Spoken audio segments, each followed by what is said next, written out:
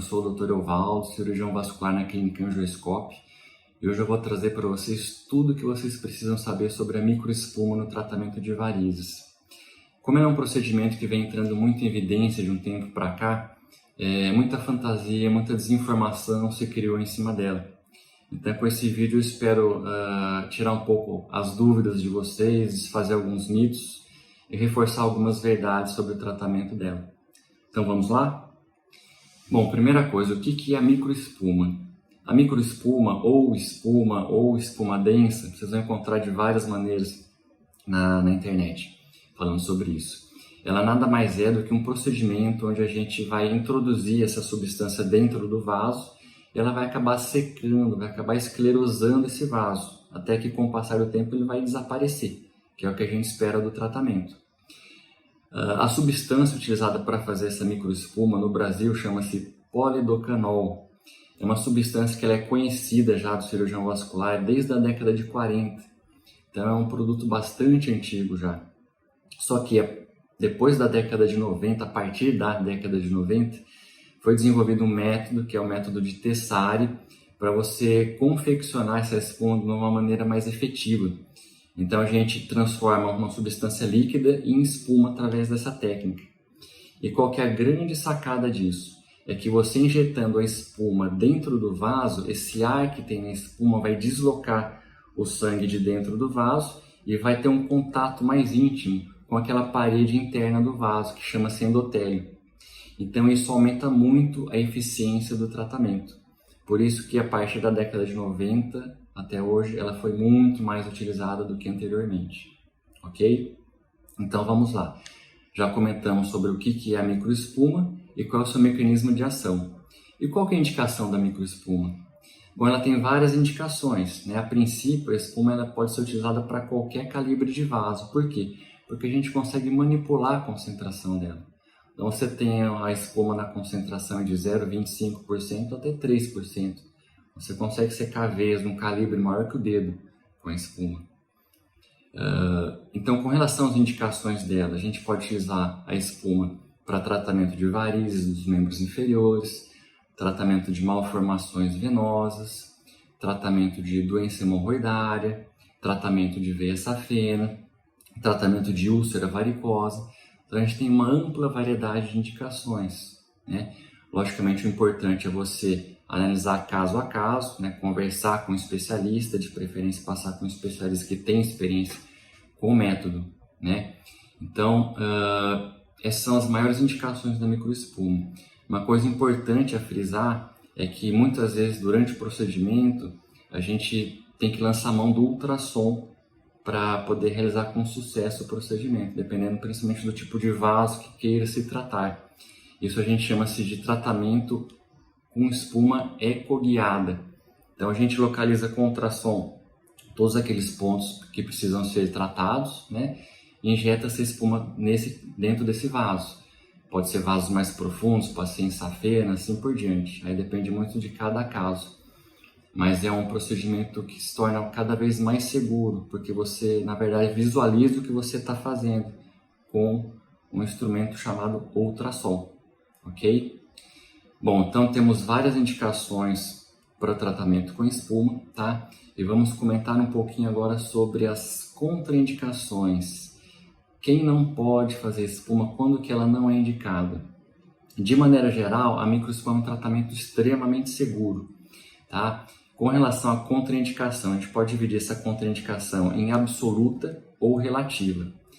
Aqueles pacientes que não podem realmente realizar a microespuma são pacientes que têm alergia conhecida ao medicamento, que é extremamente raro, pacientes em vigência de trombose aguda ou embolia pulmonar aguda, pacientes acamados, aqueles pacientes mobilizados no leito por alguma doença e assim por diante, né? E pacientes que apresentam uma malformação cardíaca, persistência do forame oval. É uma malformação cardíaca relativamente rara, e se ela for sintomática, aí realmente temos a contraindicação absoluta para a realização da microespuma, ok?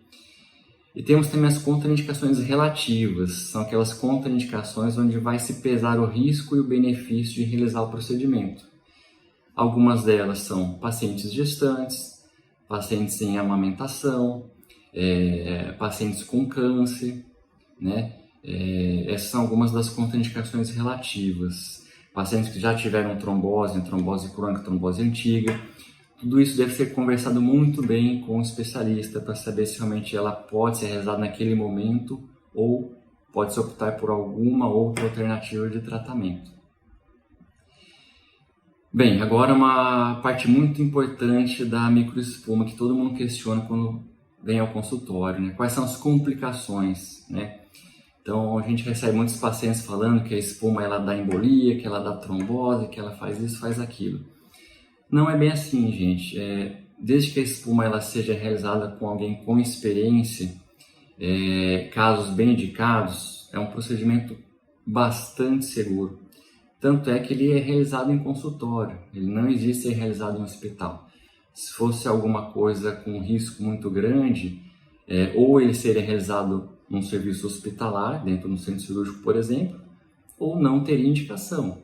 Se algo tem um risco grande de complicar, não seria indicado pela literatura, simples assim.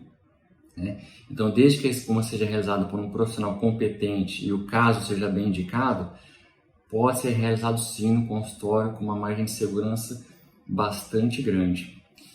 Bom, com relação a complicações, existe a complicação da trombose? Existe, assim como existe com vários outros tipos de procedimento. É uma complicação bastante baixa. Eu queria levantar para vocês aqui a complicação mais comum que pode acontecer com a microespuma, e que essa realmente pode acontecer, que é a mancha na pele, é a hipercromia que a gente fala. A hipercromia normalmente é uma mancha escura que dá-se na pele por conta do procedimento com espuma. Até no máximo, em torno de 30% dos casos que são tratados com espuma podem evoluir com algum grau de hipercromia na pele, tá? Isso depende muito da localização, da exposição do paciente ao sol após o procedimento, do tipo de vaso que foi tratado, do tipo de pele da paciente, se ela tem uma tendência maior a desenvolver mancha.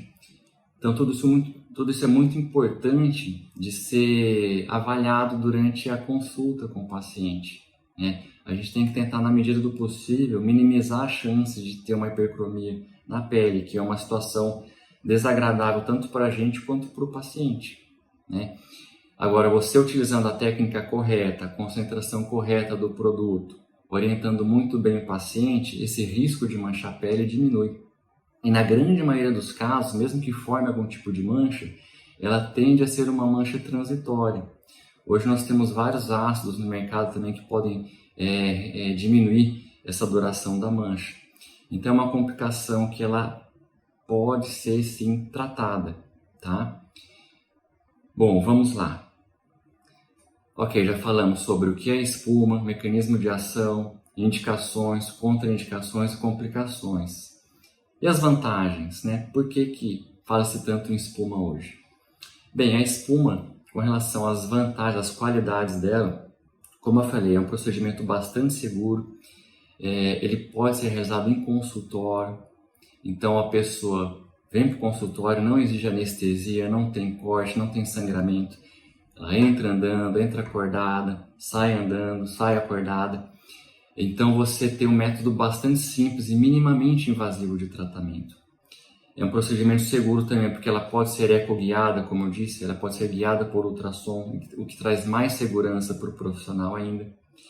Ela é um método que pode ser reproduzido quantas vezes forem necessárias, ou seja, você fez uma sessão hoje, tratou ótimo, daqui a 6 meses, 1 ano, vai precisar refazer, pode ser refeito sem problema nenhum. Então a gente tem várias vantagens com relação à espuma. Outra vantagem, você pode utilizar a espuma em pacientes com úlcera, aquelas pacientes com úlcera varicosa, que muita gente tem medo de operar, às vezes nem vale a pena operar realmente por conta dos riscos de infecção e assim por diante. Hoje nós conseguimos cicatrizar muitas úlceras varicosas com o tratamento da microespuma. Na verdade, ela é uma indicação precisa para ser tratada por microespuma. Então, nós temos várias vantagens com relação ao método. Um método seguro, facilmente reproduzido, pode ser feito em consultório, quantas vezes forem necessárias, ok? Então, acho que é isso, gente. Eu tentei, na medida do possível, esclarecer o máximo de dúvidas para vocês. O assunto realmente é um pouco extenso, tentei não ser tão extenso aqui nesse vídeo, mas eu creio que as principais dúvidas foram tiradas. De qualquer maneira, logicamente, é interessante sempre tirar a dúvida pessoalmente com o seu cirurgião vascular, saber se o seu caso tem indicação de espuma. Se não tiver indicação de espuma, temos outras alternativas. Hoje nós temos o laser endovenoso, o laser transdérmico, crioescleroterapia, escleroterapia convencional e assim por diante. Então, você passando com um profissional capacitado, fica muito mais simples de tratar o seu problema, seja ele funcional ou estético. Então é isso, gente. Muito obrigado pela atenção de vocês e nos vemos no próximo vídeo. Um grande abraço e até lá.